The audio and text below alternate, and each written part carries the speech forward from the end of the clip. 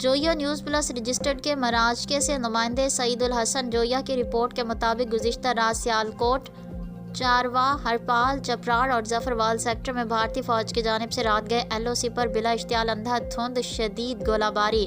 تفصیلات کے مطابق بھارتی فوج کی جانب سے پوری رات LOC پر بلا اشتعال اندھا دھند شدید گولہ باری جاری رہی۔ ابھی تک کسی بھی قسم کی جانی نقصان کی اطلاع تو نہیں ہے، تاہم بہت سے افراد کے زخمی ہونے کی اطلاعات موصول ہو رہی ہیں۔ مال، مویشی اور گھروں کو شدید نقصان کی اطلاع موصول ہوئی ہے۔ پاک مسلح افواج کی طرف سے مؤثر جوابی کارروائی جاری ہے۔ Sialkot working boundary, Charwah sector اور اس کے ارد گرد پاکستانی اور بھارتی فوج کے درمیان شدید فائرنگ ہو رہی ہے، جس سے ایک شخص کے زخمی ہونے کی بھی اطلاع ہے۔ فائرنگ میں مارٹر گولے بھی فائر کیے جا رہے ہیں۔ اللہ پاک بارڈر کے لوگوں پر اپنا کرم و فضل فرمائے اور اپنے حفظ و امان میں رکھیں، آمین یا رب العالمین۔